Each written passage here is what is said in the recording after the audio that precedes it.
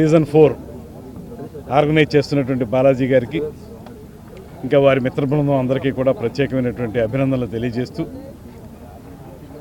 గడిచిన కొంతకాలంగా క్రికెట్ని ముందుకు తీసుకెళ్లాలనేటువంటి ఆలోచనతోటి ఈ ప్రాంతంలో వీళ్ళు చేస్తున్నటువంటి ఈ కార్యక్రమాలు, ఈ టోర్నమెంట్స్ ఇవన్నీ కూడా ఎంతో స్ఫూర్తివంతంగా ఉన్నాయనేటువంటి మాట తెలియజేస్తూ ఒక పక్కన ప్రైవేట్ రంగంలో ఉద్యోగాలు చేస్తున్నటువంటి వాళ్ళకి ఒక తరహా పోటీలు ఏర్పాటు చేశారు. ఇప్పుడు మళ్ళీ ఈ 4వ సీజన్గా ఎవరైతే 40 వసంతాలు దాటి ఉన్నటువంటి వెటరన్స్ ఉన్నారో వారికి కూడా ఈ పోటీని కండక్ట్ చేయడం అనేది చాలా ముదావహం.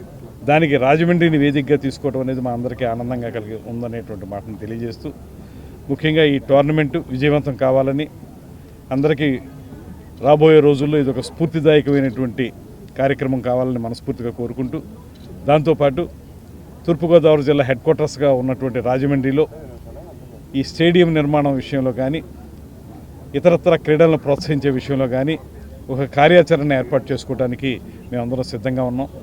ముఖ్యంగా ఈరోజు ఈ కార్యక్రమానికి విశిష్ట అతిథిగా విచ్చేసినటువంటి ఎంఎస్కే ప్రసాద్ గారు, ఆయన స్వయంగా క్రీడాకారుడు, అదేవిధంగా దేశంలో అనేక మంది క్రీడాకారులను తయారు చేసినటువంటి వ్యక్తి.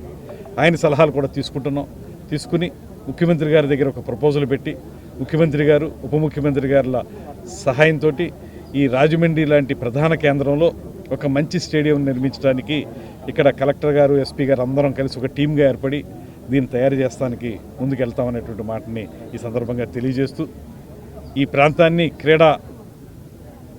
క్రీడల విషయంలో కూడా పూర్తిగా అభివృద్ధి చేయాల్సినటువంటి అవసరం ఉంది. ఆ మేరకు కృషి చేస్తాం.